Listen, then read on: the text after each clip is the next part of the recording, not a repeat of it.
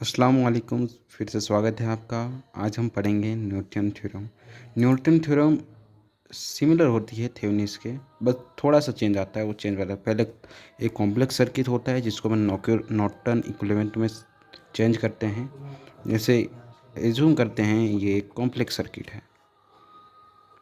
Assume क्या करना है, ये है तो है।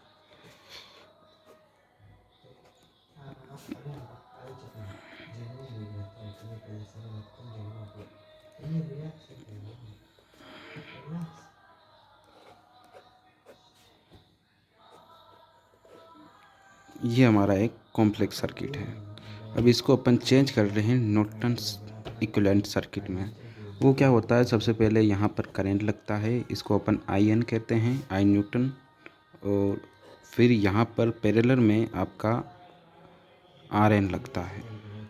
R N is similar in Thevenin's like R T H. और यहाँ से ये दो निकलते हैं वायर। तो स्टेप वन की बात करें तो वो सिमिलर है हमारा, बिल्कुल थेवेनिस इक्विवेलेंट सर्किट जैसा। इसमें अपन वी एन निकालते हैं और वहाँ पे अपन आर टी एस निकालते हैं। खाली नाम चेंज है, वरना जो प्रोसेस है बिल्कुल सेम है। कि अपन जो करंट सोर्स है उसको अपन क्या करते हैं, ओपन सर्किट करते हैं। और जो हमारा जो वोल्टेज सोर्स है उसको अपन क्या करते हैं, शॉर्ट सर्किट। तो एक क्वेश्चन एग्जांपल लूँ, वैसे लेना नहीं चाहिए क्योंकि थेवेनिस आपने पढ़ा होगा तो सिमिलर टाइप का ये है, तो मुझे लगता है एग्जांपल की ज़रूरत नहीं है। स्टेप टू यहाँ पे थोड़ा चेंज है। स्टेप टू में क्या होता है कि जैसे एक एग्जांपल अब लेना ही पड़ेगा मुझे।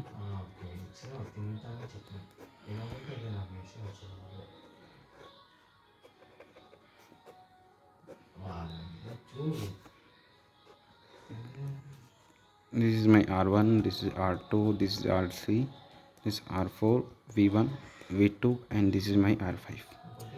अपन को कहा है कि आपको R5 के अराउंड आपको थेवेनिस नॉर्टन इक्विवेलेंट सर्किट बनाना है।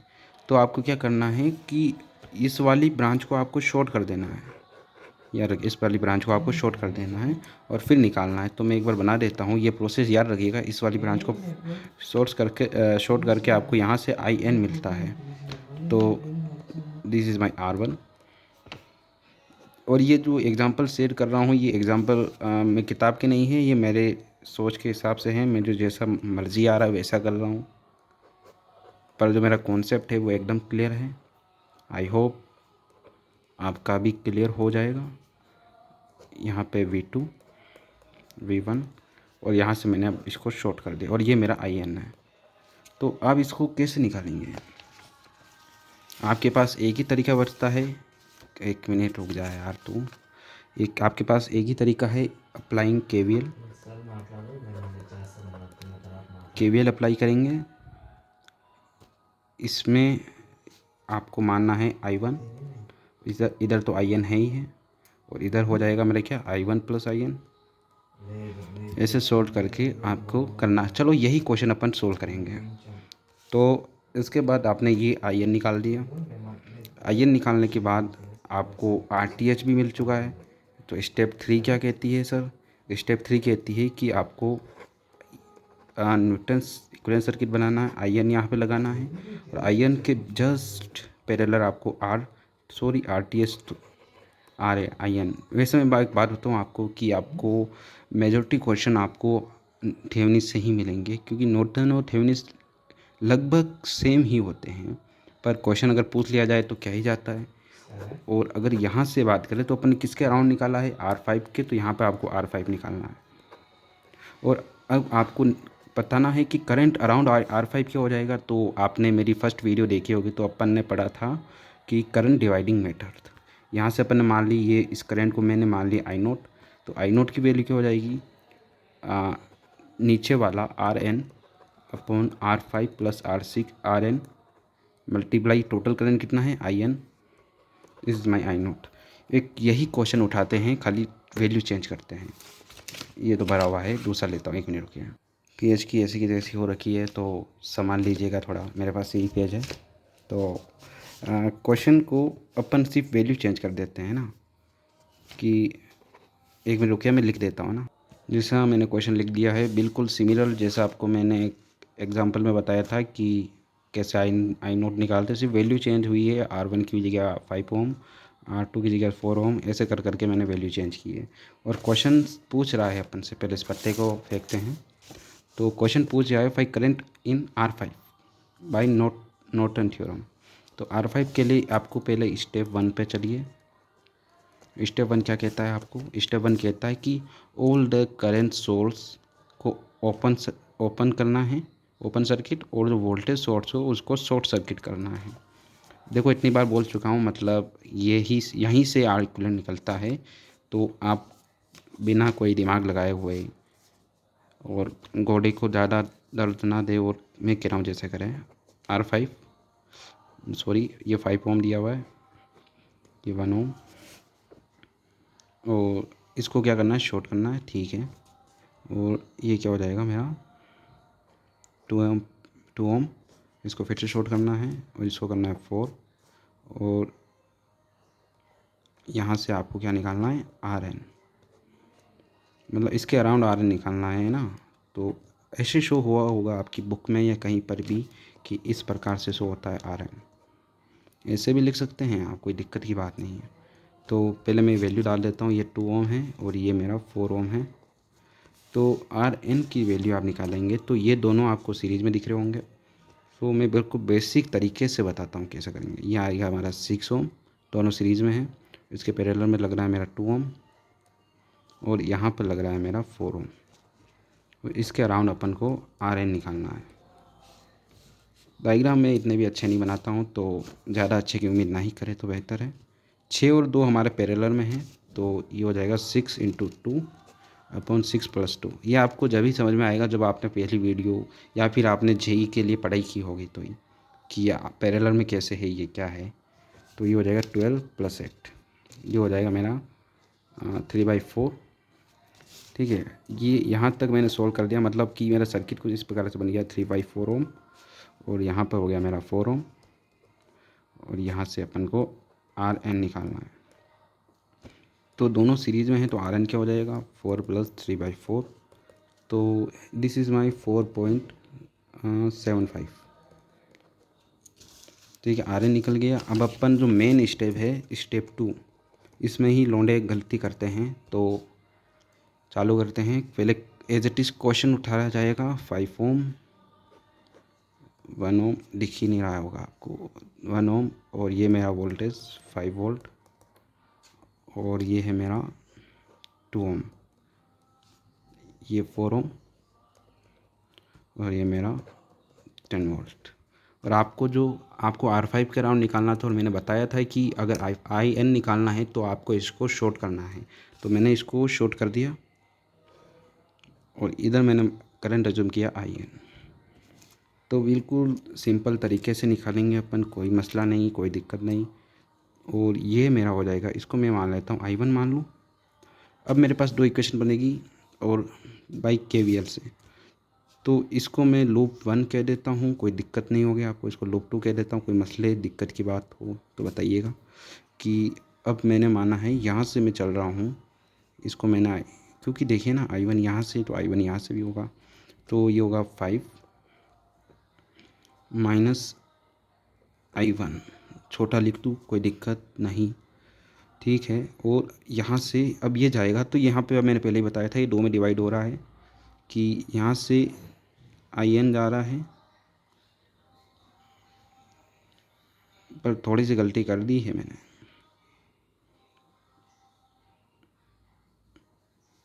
गलती तो क्या ही है। तो ऐसा करते हैं ना, मेरे डायरेक्शन से कोई मतलब ही नहीं है, मैं करंट की डायरेक्शन अपोजिट कर देता हूँ, थोड़ा आसान हो जाएगा मेरे लिए, और आप चाहेंगे कि आसानी से हो जाए। तो जो ये इस ब्रांच में जो करंट जाएगी ना, वो हो जाएगी I1 + IN। इसको मैं I0 मान लूँ, तो आपकी समझदारी के लिए कि आप थोड़े बच्चे नादान हैं। तो 2I0 = 0। तो मेरा I0 की वैल्यू हो जाएगी I1 + IN। तो मैं पुट कर लूँ 5 - I1 - 2 time I1 + IN। Equal to 0। तो ये हो जाएगा 5 minus 3i1 plus 2in equal to 0। इसको प्यार मोहब्बत से लिखूँ तो ये हो जाएगा 3i1 minus 2in equal to 5। अगर ये स्टेप आपको समझ में नहीं आ रही तो मेरी बात मानिए कि आप 12th क्लास की फ़िज़िक्स पढ़िएगा अच्छे से। तो अब मैं लूप 2 में चलता हूँ। थोड़े पत्तों की समस्या है मुझे, इसके लिए थोड़ा थोड़ा सा मतलब हो रहा है, तो कोई देख लीजिएगा आप। लूप 2 में चलते हैं। लूप 2 में चलने से पहले मैंने करंट की डायरेक्शन ये मानी है और मैं लूप को इस प्रकार से चला रहा हूँ, मतलब कि यहाँ पर माइनस आएगा या प्लस, आप सब जानते हैं प्लस आएगा, प्लस 4in, और इस साइड से चल रहा हूँ तो ये कितना आएगा, प्लस माइनस प्लस, तो प्लस के लिए 10 लिख दिया मैंने। और अब भी मैं अपोजिट ही जा रहा हूँ लूप के, तो ये हो जाएगा +2 टाइम i0 इक्वल टू 0। तो इसको लिख देते हैं 4in प्लस 10, और i0 की वैल्यू पता होगा आपको, तो मैं पुट कर देता हूँ direct 2i1 plus in equal to 0। तो ये हो गया मेरे पास 5in plus 2i1 equal to -10। ये इक्वेशन 2 हो गई। अब मैं कैलकुलेटर से नहीं करूँगा, डायरेक्ट ही कर दूँगा क्योंकि टाइम बहुत वेस्ट हो जाता है। तो मैं क्या करता हूँ ना कि ऐसा है कि मैं करना चाह रहा हूँ डायरेक्ट, पर डायरेक्ट होना दिक्कत दे सकता है आपको। तो मैं ऐसा करता हूँ, इक्वेशन में पुट कर देता हूँ कि यहाँ से मैंने in निकाल दिया, वो आ गया 5 माइनस 3i1 डिवाइड बाई -2। समझ रहे होंगे। इसको और प्यार मोहब्बत से लिखूँ मैं तो in की वैल्यू आ जाएगी मेरे पास 1/2 3i1 माइनस 5। अब इसको मैं इसमें पुट कर देता हूँ इक्वेशन 2 में। तो इसमें पुट करता हूँ तो 5 times into 1/2 3i1 minus 5 plus 2i1 equal to -10। तो ये हो जाएगा 5/2 इंटू 3, तो 15/2 i1 minus 25/2 plus 2i1 equal -10। फिर ये इसको यहाँ पे लिख देता हूँ, तो ये हो जाएगा 15 और 15 plus 2 14 19/2 i1 equal to 20 minus 5 20 minus 25 नहीं -20 प्लस 25/2।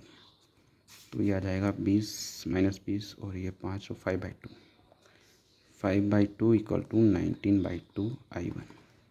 2 से 2 कैंसिल, तो i1 की वैल्यू मेरे पास निकल के आई है, वो आई है 5/19 5/19। तो i1 की वैल्यू आप पुट करेंगे in के अंदर, तो मैं यहाँ पे कर दूँ, कोई दिक्कत की बात तो नहीं होगी। in इक्वल टू लिख देता हूँ 1/2 5 टाइम माइनस 3i1। तो i1 मेरे पास निकल के आया है 5/19। तो ये in की वैल्यू हो जाएगी 1/2 इंटू 5 माइनस 3 मल्टीप्लाई 5/19। तो ये हो रहा है 15। यार बहुत लंबी वीडियो बन रही है यार, 1 मिनट रुको, मैं सॉल्व कर दूँ क्या। यहाँ से जो in निकल के आएगा वो आएगा मेरे पास 40/90, याद रखिएगा। अब स्टेप 3 की तरफ चलते हैं। तो मेरा स्टेप 3 है, उसमें पहले आपको लिखना है कि मेरे पास जो in की वैल्यू क्या आई है, वो आई है 40/90, और जो मेरा rn क्या आया है, वो आया है मेरे पास, rn क्या आया था, आर एन की वैल्यू आई थी 4.75 वोल्ट। तो आपको सबसे पहले ड्रॉ करिए आपका नॉर्टन इक्विवेलेंट सर्किट। तो पहले मुझे करंट की वैल्यू पता है, करंट की वैल्यू है 40/19 और जो आर एन है उसको इस साइड लगाते हैं, उसकी वैल्यू 4.75 और जो मेरा R6 है, क्योंकि क्वेश्चन में कहा गया है कि आपको करंट फाइंड करना है R5 से, R5 की वैल्यू दी हुई है। तो R5 को यहाँ पे पुट करिए आप आराम से, कोई मसला की बात नहीं है। ये हो गया मेरे पास 2। तो जो यहाँ से अपन को इसको मैंने मान लिया I0, तो I0 की value by current dividing method ये हो जाएगा 4.75 divide by 4.75 plus 2 multiply IN 40/90। अब इसको अगर सोल्व करोगे तो जो I0 की वैल्यू आएगी वो होगी 4.75 इंटू 6.75 इंटू 40/90। 75 से ये सी दोनों गए। एक मिनट को मैं सोल्व कर देता हूँ। अगर आप इसको सोल्व करेंगे तो आपका I0 आएगा, मैंने कैलकुलेटर से किया है, उसका आंसर है 1.4815 एम्पियर। तो आप लास्ट में लिख सकते हैं current across R5 is 1.485 ampere. Thank you very much. Video थोड़ी लंबी हो चुकी है पर मज़ा आ गया था क्वेश्चन में। ऐसे ही क्वेश्चन बनाया था पर क्वेश्चन तगड़ा निकल गया था। आई होप आपको अच्छी लगी होगी। Thank you very much.